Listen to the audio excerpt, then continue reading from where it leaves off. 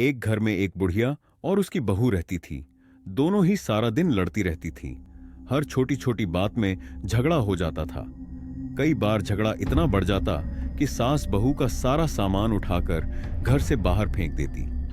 एक दिन बहू किसी महात्मा से मिली। उस महात्मा को बहू ने सारी बात बताई।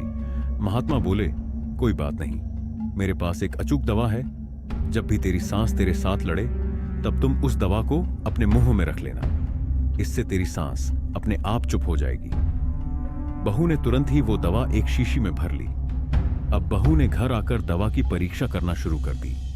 अब जब भी बुढ़िया अपनी बहू को कुछ बोलती, बस तुरंत वह दवा अपने मुंह में रख लेती। इससे काफी असर दिखाई दिया। धीरे धीरे सांस और बहू का लड़ना कम हो गया। बहू खुशी खुशी उस महात्मा के पास गई और बोली, गुरुजी, आपकी दवाई तो बहुत ही कारगर सिद्ध हुई। बहू बोली, आपने ये दवा कैसे बनाई?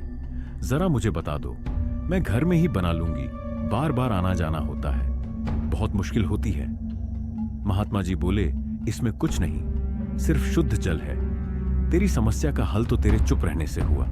जब तुम यह पानी अपने मुंह में भर लेती थी तो तुम बोल नहीं सकती थी, और तेरी चुप्पी देखकर तेरी सांस का सारा गुस्सा भी शांत हो जाता होगा। इसी को तो बोलते हैं, एक चुप सौ सुख। बोलो राधे।